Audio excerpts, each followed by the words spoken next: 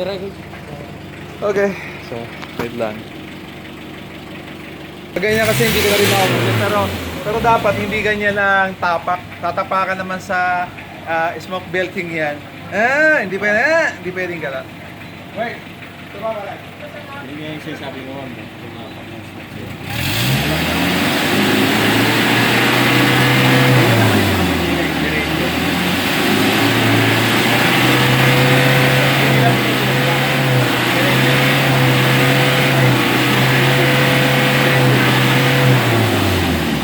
Hindi nila yung minamakakan na bubong pa eh.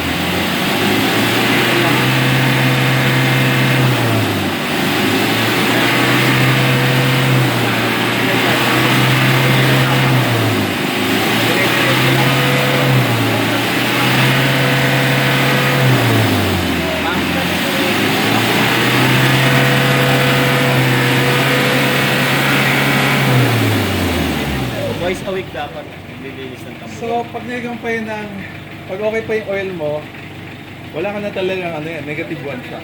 Pag inimation mo. Parang ganun lang siya. So, good afternoon again. This is Val Villamar of Trivista. PFC Batanto. The Lord blesses mo.